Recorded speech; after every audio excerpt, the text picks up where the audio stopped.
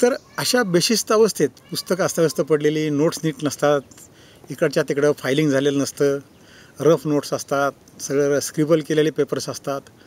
आणि मग हळूहळू शेवटी महाभारताच्या शेवटी जेव्हा दुःशासनाला मारण्यात येतं, तर त्यावेळेला भीम काय सांगतो की दुःशासनाच्या मांडीचं रक्त मी तुझ्या केसांना लावून तुझे केस माळीन. बुद्धीचे केस म्हणजे विचार, बुद्धीतून बाहेर येणारे, बुद्धी आपल्या डोक्यात असते, डोक्यातून बाहेर येणारे आपले विचार.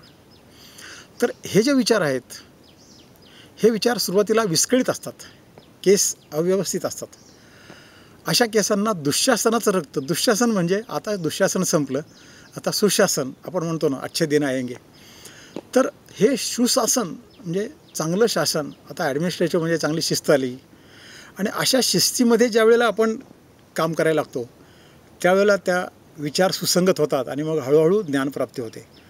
तर महाभारताचा हा सगळा प्रवास अज्ञानापासून ज्ञानाकडं जाणारा आहे.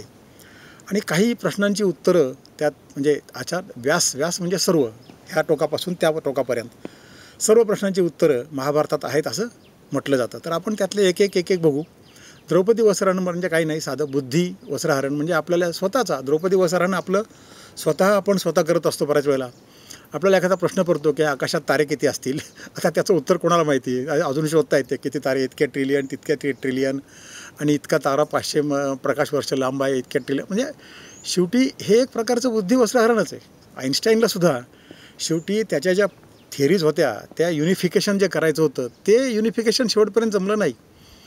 असं म्हणतात की आपला एक बोस म्हणून सायंटिस्ट होता इंडियन, त्याने ते युनिफिकेशन करायचा प्रयत्न केला, पण ते काही फेल झालं. म्हणजे ते केलं होतं त्याने, पण ज्यावेळेला आईन्स्टाईन ज्यावेळी गेला त्यावेळेला त्याने ते सगळे कागदपत्र जाळून टाकले, अशी एक कथा आहे. आता खरं खोटं मला काही माहिती नाही.